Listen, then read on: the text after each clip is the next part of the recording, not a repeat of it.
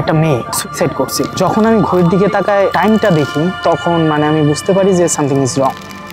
তো ঘটনার শুরুটা 2017-18 দিকে। তখন আমি কলেজে পড়ি।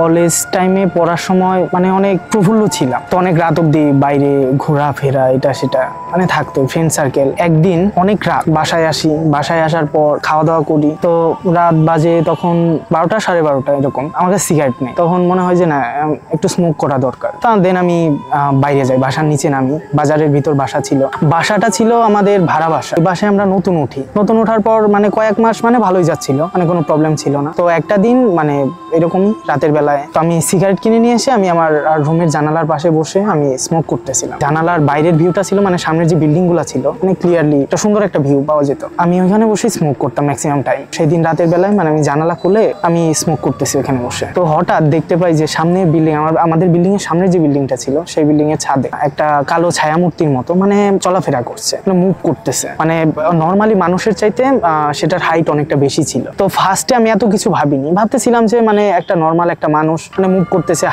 হাঁটা চলা করতেছে। তো যখন আমি ঘড়ির দিকে তাকায় টাইমটা দেখি তখন মানে আমি বুঝতে পারি যে সামথিং ইজ রং। এত রাতে মানে বাসার ছাদে একটা মানুষ এভাবে চলাফেরা করতেছে, মানে এটা নর্মাল একটা ব্যাপার আমার কাছে মনে হচ্ছিল না। সেটার হাইট সম্পর্কে যখন ভাবি তখন আমার কাছে ব্যাপারটা মানে অন্যরকম লাগে। ভেতরের অবস্থা খারাপ ছিল, মানে অনেক ভয় পাই। আমি জানালাটা আটকাই দিই, আটকে দেওয়ার পর আমার মনে হয় আবার যে না কি হয় লাস্ট অব্দি আমি একটু দেখি। দেন জানালাটা 4 আঙ্গুল পরিমাণ ফাঁক রেখে জানালার গ্লাসটা আমি ছাদের দিকে তাকিয়ে থাকি যে কি হয়। তো সেই ছায়ামূর্তিটা মানে হাঁটতে হাঁটতে একটা সময় মানে স্টপ হয়ে যায়। দেন পিছনে ঘুরে আমার জানালার দিকে তাকায়। তখন তো রাতের বেলায় মানে আমার থেকে দূরে ছিল, মানে অন্ধকারে ভাবে বোঝা যাচ্ছিল না। সেটা একটা নর্মাল মানুষ যদি গেট দিয়ে উঠে বা নামে সেটা বোঝা যায়, কিন্তু সেটা হলো কি মানে আমার দিকে তাকাই আছে, উল্টো ঘুরে ছাদের যে পানির ট্যাঙ্কি ছিল ওটার পিছনে গিয়ে ভ্যানিশ হয়ে যায়। মানে একটা মানুষ মানে ঘুরলে মানে বোঝা যায় যে মানে হ্যাঁ ঘুরছে আমার দিকে, হ্যাঁ নড়ছে, মানে অতটুকু মানে আমি বুঝতে পারি যে মানে এইভাবে পিছন দিকে ঘুরে তাকাইছে। দেন ওটা পানি ট্যাঙ্কির পিছনে গিয়ে মানে মিলাই যায়। তখন আমি বুঝতে পারি যে সেটা যদি মানুষ হয়, মানুষ হলে তো মানে নর্মালি একটা মানুষ ছাদের গেট দিয়ে আসবে, ছাদের গেট দিয়ে নেমে যাবে। তো সেটা পানির ট্যাঙ্কির পিছনে গিয়ে মানে মিলাই গেল মানে ব্যাপারটা।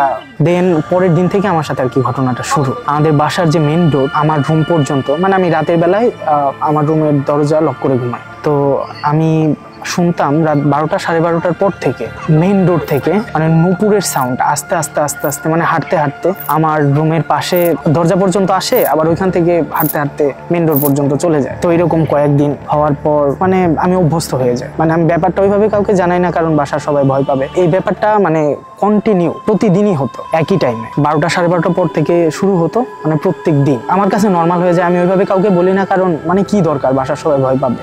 আমার এইসব ব্যাপারে ইন্টারেস্ট অনেক, কিন্তু মানে আমি ভয় পাই। তো বাইরে বের হয়ে মানে দেখার সাহস ওইভাবে আমার হয় নাই। একদিন আমার ছোট ভাই রাতের বেলায় জেদ করে যে আমার সাথে ঘুমাবে, তো আমি আনি, আমার রুমেও ঘুমায়। তো আমি রাতে গেমস খেলছিলাম প্রতিদিনের মতো, ওই দিনও মানে ওরকম সাউন্ড। দেন আমার ছোট ভাই আমায় বলে যে কিছুর একটা সাউন্ড আসতেছে, নূপুরের সাউন্ড। আমি তো প্রতিদিনই শুনি, আমার কাছে নর্মাল ব্যাপারটা। দেন আমি ওরে বলি যে হয়তো বা মা হাঁটাচলা করতেছে সেটার সাউন্ড, তুই ঘুমা। ও ভয় পাবে, দ্যাটস ওয়াই ওরে আমি কিছু বলি না। দেন পরের দিন সকালবেলায় আমি আমার মাকে জিজ্ঞেস করি যে তুমি কি রাতের বেলায় মানে হাঁটাহাঁটি করো রুমের ভিতরে? দেন আমার মা যে উত্তরটা আমায় দেয় সেটা আমার কাছে মানে একদম শক ছিল। আমার মা আমায় বলে যে সাউন্ডটা আমিও প্রতিদিন শুনি, আর রাতের বেলায় কেন আমি হাঁটাহাঁটি করবো রুমের ভিতর? আমি তো সারাদিন এমনিতেই হাঁটাহাঁটির ভিতরে থাকি। ছোট ভাইকে প্রাইভেটে নিয়ে যাওয়া, স্কুলে নিয়ে যাওয়া, নিয়ে আসা। আমার মা যখন আমার থেকে ব্যাপারটা শুনে একটা মহিলা কবিরাজের সন্ধান পায়। তো মা সেখানে যায়, গিয়ে সবকিছু বলে যে বৃত্তান্ত কি কি হয় বা কি কি শোনা যায়। এসব বলার পর সে ভর, যেটাকে বলে ভর আসা, সে ভরে বসে। যখন ওনার উপর ভর করে মানে নর্মালি একটা মানুষ মানে তার চুলগুলো এইভাবে সামনে, মানে অন্যরকম একটা ব্যাপার, ভয়েস টয়েস চেঞ্জ হয়ে যায়। তো তারপর সে আমার মাকে বলে, সবকিছুই বলে যে এরকম এরকম ব্যাপার। তারপর আমরা এরকমও শুনতে পাই যে আমাদের যে রুমটা ছিল, মানে আমরা যে রুমে ভাড়ায় উঠি, তো আমাদের আগের যে ওই রুমটাতে ভাড়াটিয়ে ছিল ওইখানে কি একজন মানে সুইসাইড করছিল, একটা মেয়ে। আমার মাকে সে ওই মহিলা আরো বলে যে তোদের যে বাসাটা যেখানে, সেখানে আগে একটা পচা ডোবা ছিল, ওই ডোবাতে মানে মানুষের অ্যাবর্শন করা, বাচ্চা টাচ্চা মানে এটা সেটা আর অনেক কিছু ফেলা হতো। তো আমাদের বাসার যে মালিক ছিল সে নাকি ওই জায়গাটা মানে নিজের